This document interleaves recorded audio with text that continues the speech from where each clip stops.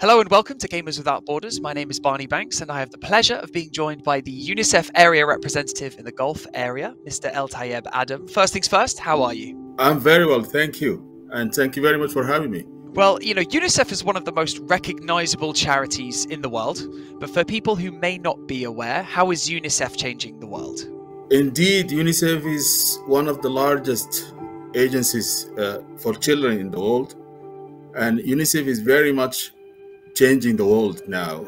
We are working on development, but also on humanitarian action. So we work in more than 190 countries and territories to try to reach every child with all the different, child survival and child development assistance. So we work to make sure that children survive, but also children thrive through their lives, through all the life cycle. Let's focus on your role for a minute, shall we? What does your day-to-day look like working at UNICEF? Well, I think it's very, very, of course, exciting work to be doing. It's really, very important work for you to be serving children, the children of the world. So it can be a busy day trying to respond to the needs for supporting children affected by, humanitarian crisis, humanitarian, situations. At the same time, also trying to connect with partners, those who support UNICEF, such as, the Saudi, Esport Federation, but also many other public and private sector partners, and also trying to see how we can connect with young people, with children, who will be able to hopefully contribute to the cause, but also to try to give them the space to speak about their needs, their aspirations, and how they see the future there. So it's very, really exciting, but very, of course, busy. Working with multi, partners from the government, from the public sector, from the private sector, but also with children and also with their communities and with their with schools, teachers, and others who work to serve the children around the world.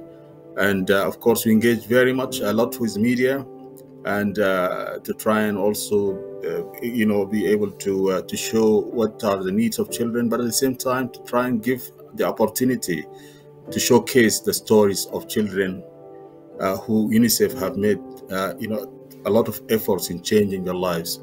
And to try and give them every chance and every opportunity to thrive and survive. Well, Gamers Without Borders and UNICEF have been working together for quite some time now. So why do you feel that Gamers Without Borders is so important to UNICEF? Well, Gamers Without Borders tournament, actually, it just proves and shows that there is different ways, creative ways to bring opportunities for being able to contribute to a humanitarian cause. And we're very, very proud to be, partnering with Gamers Without Borders for the fourth consecutive year. This has been a tremendous, actually, opportunity, but also a tremendous support for children. And I'm very much, actually, also happy to see that Gamers Without Borders is the largest global e-sport, event for charity.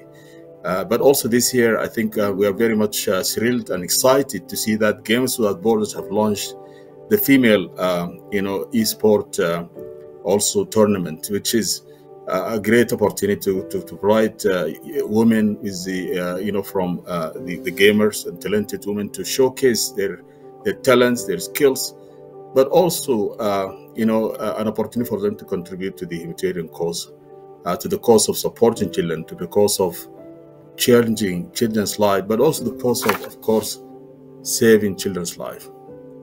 And also, I see it's an opportunity actually to be able to engage with more, a wider sector of young people there, and to see how they can also contribute to the cause of UNICEF and to the cause of humanitarian action, but also our mandate and mission to reach every child.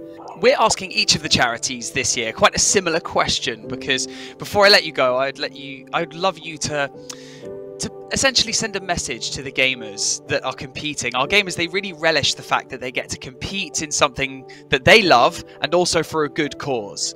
So is there a message that you would like to say to the gamers who are competing this year? Thank you so much. I think first of all, really, I would like to wish the gamers and their teams all best of luck, in the race. But I would like also to thank them for all the contribution they have made to UNICEF over the last three tournaments. In 2021, we received 3.9 million US dollars, and in 2022 also we received $6.4 million, which helped us really to step up efforts to lead the largest vaccine procurement and supply operations in the world, as a response to the challenging, devastating, impacts of COVID-19.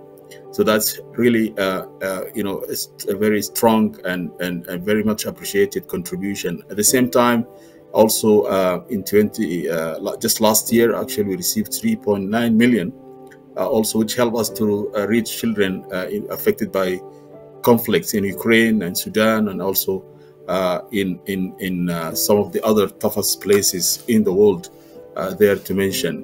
But also the message I was going to say, the support this year, of course, will help us to reach children affected by what we call silent and forgotten crisis. Children in this silent and forgotten crisis also have the same needs as children also affected by crisis, which are always on the media. So we hope that they will also donate and provide support to UNICEF to be able to reach those children with water and sanitation, with health care services, with vaccination, with education, with protection, but also with therapeutic food, to try and actually provide nutrition assistance to children who are malnourished in the world, children who are suffering from acute malnutrition, severe acute malnutrition, children who are wasted actually there. Their support is really tremendous to saving life of children, but also to, of course, changing the lives of children. And I would like really to see that they will donate to UNICEF so that we can reach those vulnerable children. Now we have seen that there are more children actually in need of humanitarian assistance, at the levels which compared to the World War II. There, children are affected by climate change, impacts. There are now actually 1 billion of children living in countries that are, kind of affected or prone to climate change effect.